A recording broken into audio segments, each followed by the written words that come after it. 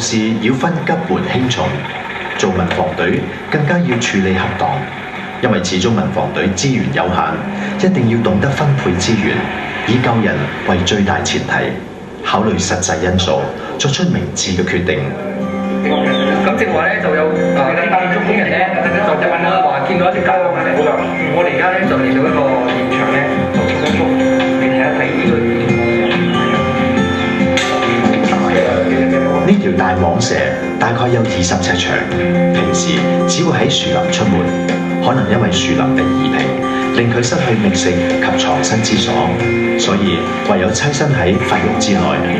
雖然蟒蛇冇毒性，但係佢龐大嘅身形足可以箍死比佢大10倍嘅生物，而且加上佢強而有力嘅上下齒，可以一啖吞食小牛小羊，所以呢次嘅任務有相當危險性。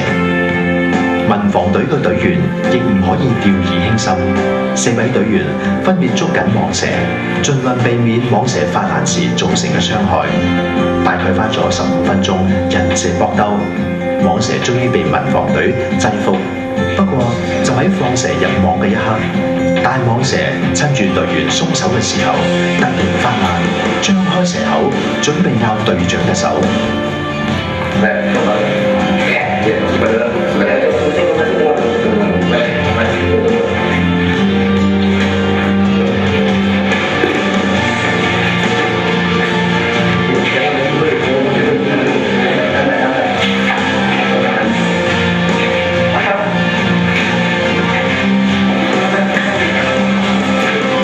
事發突然，就喺千分一秒之間，隊長臨危不亂，有驚無險咁避過蛇咬一劫，而其他隊員亦一啲都冇鬆懈，立刻重整旗鼓，合力將大蟒蛇拖出筏屋之外，再將蛇身拉直，令佢失去反抗能力。今次全憑民防隊各隊員嘅合作無間，訓練有素，最終能夠將大蟒蛇制服。捉一條大蟒蛇真係原來唔係好簡單嘅。咁大蟒蛇咧，佢就算有4-5個大漢喺度跟住佢咧，正話依個沙子已經有同船嘅傷，佢嘅手已經俾箍住開。好彩經驗足夠，如果唔係真係發生好大件事。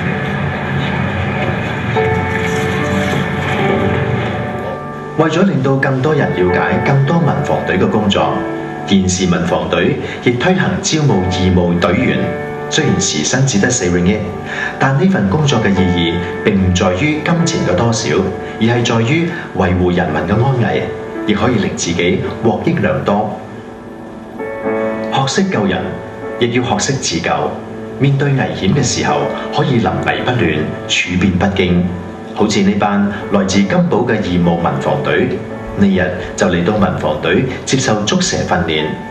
呢度嘅民防隊長駐有2位捉蛇專家，當有空餘嘅時間，就會將最近捉到嘅毒蛇放出嚟，等學員可以唔需要紙上談兵，以真蛇作為實習工具。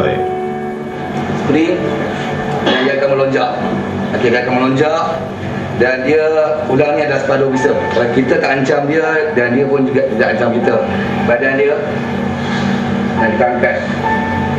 Kita angkat, kemudian kita letaklah di mana dia kita letak. Contoh, kita ada bekas dia dan kita akan kepit. Okey. Bila kepit, kita akan pegang, gunakan tangan. Okey, dan kita masukkan ke dalam bekas yang sama juga. Kita masukkan kepala dulu, kemudian baru kita masuk ekor dan juga badan dia.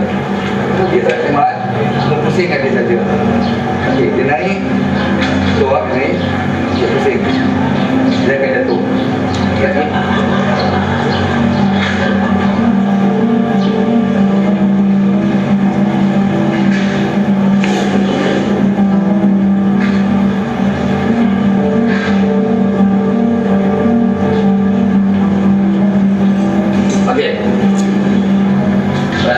捕捉毒蛇都可以係好輕易嘅事，就好似做人一樣。眼前嘅恐懼好多時只係無知而出現嘅假象，只要了解做事嘅法門，加上信心同勇氣，好多困難嘅事都可以迎刃而解。Okay, macam-macam ular kita tangkap, ada ular cedung, ular sawa, ular kapak dan macam-macam ni. Yang paling susah ada ular sawa yang besar, panjang. Pengalamannya masa saya menangkap ular tu, saya pun ada juga kena. Sebab ular tu terlalu liar dan terlalu lapar, jadi kita tak sempat nak lawan dia habis-habisan. Dia gigit kita. Kalau ular lain kita lebih bersedia lagi.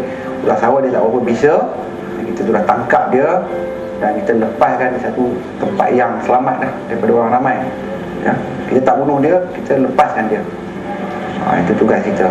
我哋曾經出發過去捉蛇，係一條10幾尺嘅蠄蛇，係喺一個農村入邊，佢就食咗2隻雞，吞咗2隻雞，咁我就去到就解決呢啲問題啦。可能每位隊員加入民防隊都有唔同嘅原因，但係理想就只得一個，就係為民請命，救人於危。而民防隊嘅隊員大致可以分為正規隊員同埋義務隊員，其中義務隊員嘅時薪就只得4 ringgit， 時酬相比其他嘅行業分別好大。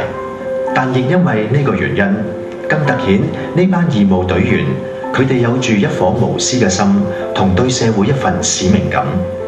首先係紀律部隊，頭二佢要學到多方面嘅嘢。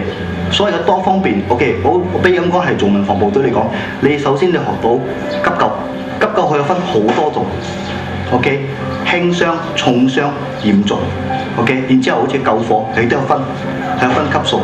然之後比咁講係我哋係一個叫做SAR Search and Rescue， 響山上高你唔見開，甚至乎響呢方面嘅嘢，我哋都有入到落去嘅，所以好各方面嘅嘢。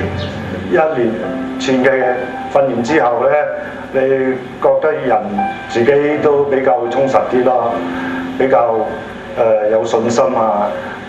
對於有咩嘅緊急事項，你會一一辦到啦，一步一步咁做落去。對家長其實都係有責任嘅，所以我亦都希望家長方面咧都盡量呼籲自己啲子女啊，能夠多參與啲義務嘅工作。其實我哋學識咗一樣嘢就係、你要救人，亦都要先確保自己嘅安全。